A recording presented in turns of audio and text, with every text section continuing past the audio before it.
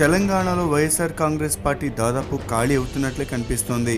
YCP నేతలు ఒక్కొక్కరు పార్టీని వదిలేందుకు ప్రయత్నాలు ముమ్మరం చేస్తున్నట్లు తెలుస్తోంది. ఎన్నికల ముందు కొండా సురేఖ, బాజిరెడ్డి, గోవర్ధన్ తట్టబుట్ట సర్దుకున్నారు.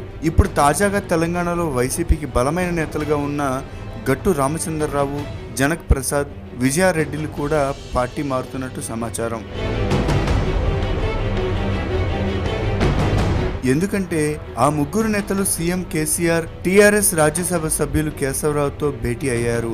సుమారు 3 గంటల పాటు సుదీర్ఘ మంతనాలు జరిపారు. పార్టీ నిర్మాణం, గ్రేటర్ ఎన్నికలపై చర్చకు వేదికైనా అక్కడ మరో యంత్రాంగానికి రంగం సిద్ధమైందని బయటపడింది. అయితే పార్టీ మారుతున్నట్లు వస్తున్న ఊహాగానాలను వైసీపీ నేతలు తిప్పికొట్టారు. కళ్ళు కాంపౌండ్లను రీఓపెన్ చేయాలని తెలంగాణ సర్కార్ నిర్ణయం తీసుకున్న నేపథ్యంలో చర్చించేందుకు వచ్చామని చెప్పుకొచ్చారు. పార్టీతో కలిసి పనిచేయాలని కేసీఆర్ ఆహ్వానించారని, అయితే ఆలోచించి నిర్ణయం తీసుకుంటామని వెల్లడించారు. అన్నిటికంటే హైదరాబాద్లో కల్ కాంపౌండ్స్ని ఒక కమ్యూనిటీకి సంబంధించి వాళ్ళ వృత్తిని మళ్ళీ తిరిగి తీసుకొచ్చే ప్రయత్నంలో కల్ కాంపౌండ్ ఓపెన్ చేస్తానన్నారు. దాని సందర్భంగా ఆడ వర్కర్స్ ఒక 5,000 మంది ఉన్నారు. అది నాకు ప్రత్యేకమైన యూనియన్. ఆ వర్కర్స్ అందరిని కూడా తిరిగి తీసుకోవాలని, వాళ్ళకు ప్రాతినిధ్యం ఉండాలని ఆయన అప్పీల్ చేశాము.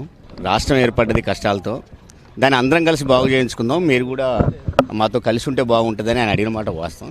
దీన్ని మేమైతే ప్రధానంగా ఒక పార్టీలో ఉన్నాము.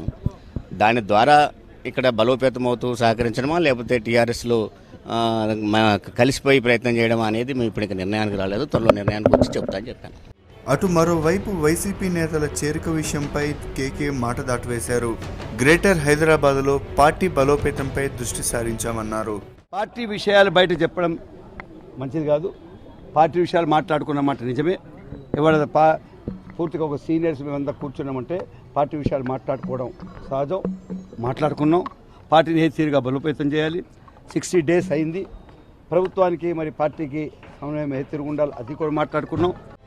మొత్తానికి కేసీఆర్తో తెలంగాణకు చెందిన వైసీపీ నేతలు భేటీ అవటం ఆ పార్టీలో తీవ్ర చర్చనీయాంశమైంది. మరి వారు ఎలాంటి నిర్ణయం తీసుకుంటారో చూడాలి.